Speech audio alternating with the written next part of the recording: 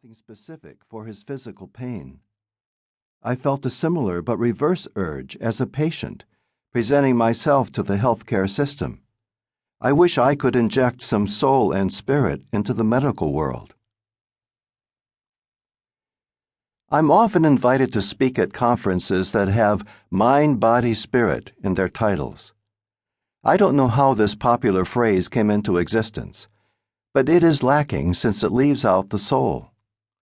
It may sound like a matter of semantics, but it's much more than that. That which we can't imagine and express in words remains hidden and neglected. In older philosophies, the mind is tucked into the larger category of spirit.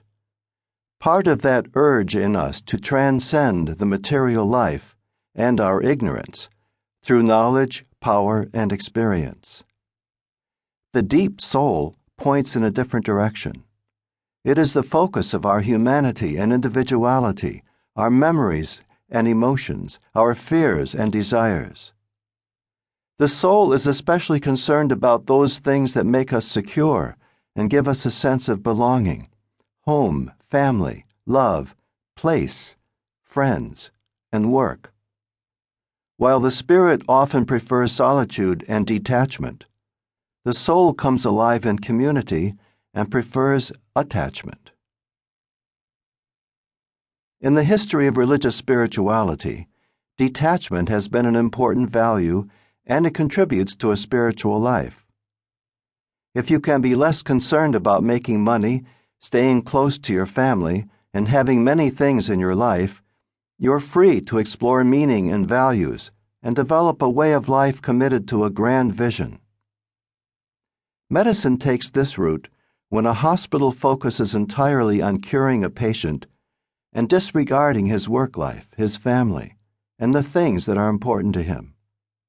Hospitals evoke a pure spirit atmosphere with white uniforms, colorless and imageless walls, and a general atmosphere of function and activity. Most people don't use the word spirit in this way, so let me explain. Philosophies deriving from Plato distinguish spirit from soul. Spirit is any attempt to go beyond the status quo, the body, and personal limitations. In this sense, education is a spirit activity, and for good reason we speak of higher education. Soul is down and deep, close to experience, known in feelings and passions, and revealed in physical expression and even illness.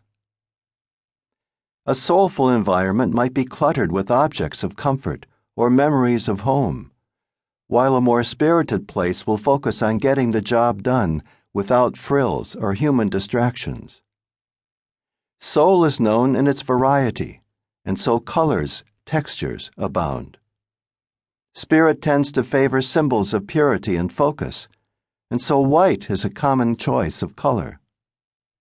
In a hospital, an emphasis on spirit may accent technology and procedure over the personal needs of a patient.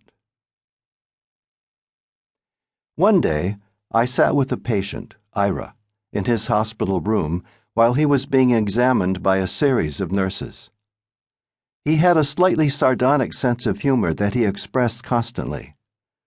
Rarely did he give the nurses a straight answer.